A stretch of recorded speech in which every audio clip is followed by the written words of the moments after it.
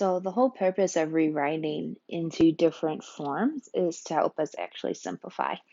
So this next one says, first rewrite each expression as a radical expression, then simplify without the use of a calculator.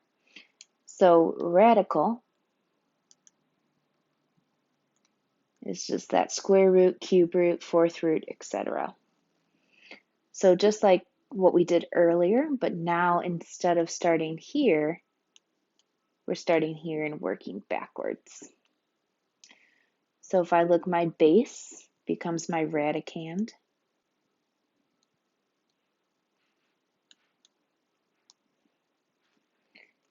My denominator becomes my root, which, remember, just what we talked about before was a square root is the second root. So you could either write it as the second root or just the square root of 16 would be fine.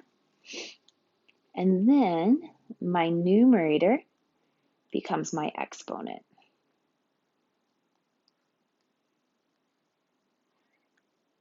So I'm going to evaluate the square root of 16 is 4 in both cases. And then 4 cubed. So I'm going to do 4 times 4 times 4. So 4 times 4 is 16. And then 16 times 4 is 64.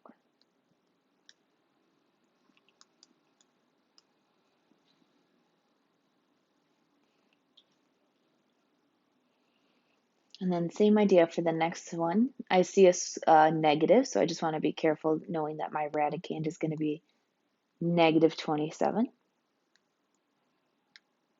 My denominator becomes my root.